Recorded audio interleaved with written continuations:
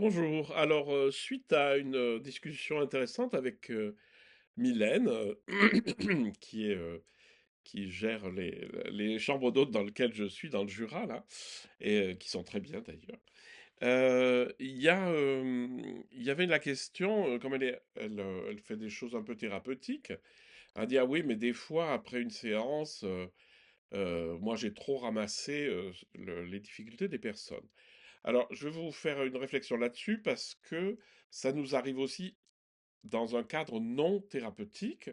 C'est-à-dire, vous êtes avec quelqu'un, en face de quelqu'un, vous l'écoutez, cette personne déverse ses problèmes, ses émotions, etc., ses angoisses et tout, et puis vous vous ramassez. Bon, alors que faire dans ces cas-là pour ne pas ramasser l'émotionnel de la personne d'en face parce que vous l'avez écouté de manière bienveillante? Alors, Mylène disait, alors moi j'ai une technique, c'est que je fais une bulle, je me mets dans une bulle protectrice. Donc ça, c'est une pratique qui est assez connue, c'est-à-dire c'est un peu de s'enfermer dans sa bulle pour que ce qui vient de l'extérieur rebondisse sur la bulle. Et puis elle remarquait elle-même que ça marchait pas. Et ça, je peux vous dire que ça peut pas marcher. Parce que si vous vous enfermez sur vous-même, ben, je suis désolé, vous êtes tout aussi fragile parce que, en fait, ce que vous allez entendre, c'est vous qui essayez de vous protéger. C'est vous protéger quoi? Vous protégez vos propres structures, vous protégez vos conditionnements, vous protégez votre ego, etc.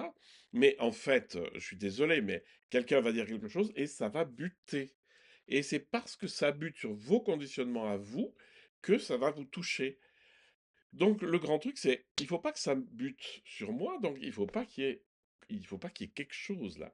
C'est-à-dire il faut se mettre dans une situation où justement il n'y a plus. Ah, vous allez me dire, non, mais on peut pas faire ça, puisque je reste toujours qui je suis. Ben, c'est pas vrai. C'est-à-dire que c'est pas le même niveau, tous les niveaux émotionnels, mental, etc. Tout ça, c'est quand même assez supérieur. Mais dans le niveau de base, c'est-à-dire là où vous êtes vraiment vous-même, au-delà de vous-même, eh ben, il n'y a plus vos conditionnements, et donc vous êtes plus blessé par ceci ou cela. Alors, j'essaie de vous expliquer. Donc, dans la pratique habituelle, on passe par le corps, c'est-à-dire on prend conscience de son corps de manière la plus fine possible, la plus précise possible, pour, pour être présent au corps que je suis, pas au corps que j'ai. Une fois que je suis vraiment pleinement présent à mon corps, vous avez fait 10 fois l'expérience, vous vous rendez compte que dedans, c'est calme. Ben, c'est normal, hein. Vous avez ouvert l'espace de conscience et tous les oiseaux qui étaient enfermés dans la volière, eh ben, ils sont partis dans le ciel. Bref, donc vous êtes posé, vous êtes ouvert, mais en fait, lorsque vous êtes en état d'union avec la réalité, c'est-à-dire ce qu'on appelle le samadhi, mais ça on s'en fout, c'est qu'un nom, et puis en plus c'est qu'un nom sanskrit, ça dit simplement cet état d'unité. Je vous le décris simplement, vous êtes face à un paysage, vous arrêtez de l'analyser, de le nommer, de ceci, de cela, vous êtes pleinement posé là, et finalement le paysage s'imprime en vous tel qu'il est. Il s'imprime. Et là, on se rend compte qu'il y a ce qu'il y a dans le Yoga Sutra, c'est-à-dire il n'y a plus de distinction entre le regardant, le regarder et le regard. C'est-à-dire, c'est une expérience unique. On peut pas dire que le paysage est regardé par moi. Il y a des gens qui m'ont dit des fois, mais moi c'est le paysage qui me regarde. Mais en fait non, il n'y a plus, c'est juste, il y a une expérience de prise de conscience du paysage. Bref, lorsque vous êtes dans cet état-là, le mental est complètement euh, arrêté. Et en fait, même l'ego, c'est-à-dire la somme des conditionnements, s'arrête aussi. C'est-à-dire que lorsque vous êtes dans cet état-là, vous vous rendez compte que vous êtes au-delà de vous-même. Vous êtes plus grand que ce que vous êtes ni ceci ni cela, vous arrêtez d'être homme ou femme, vieux ou jeune, etc. Ça n'a aucun sens. Lorsque vous êtes en contemplation, vous pourriez avoir 2 ans, vous pourriez en avoir 150, peut-être pas, et ça change rien. Ça change rien. L'expérience, elle est unique. Et donc, ça vous met au-delà de vous-même. Et dans cet état d'ouverture au-delà de vous-même, les impulsions qui viennent d'une personne qui serait assez perturbée ne vous touchent pas parce que votre ego finalement il s'est arrêté. Enfin tous les conditionnements qui font que vous auriez pu souffrir par résonance avec ce que la personne vous dit n'existent plus.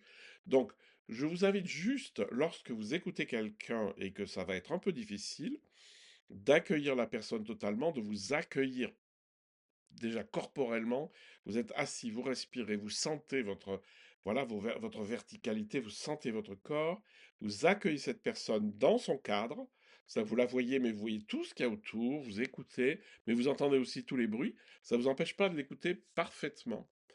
Et là, vous vous rendrez compte que cette personne, elle va dire des choses qui la touchent, peut-être des choses assez dures, etc. Mais vous allez vous rendre compte que ces angoisses ne vous touchent plus. C'est comme un peu si vous étiez transparent.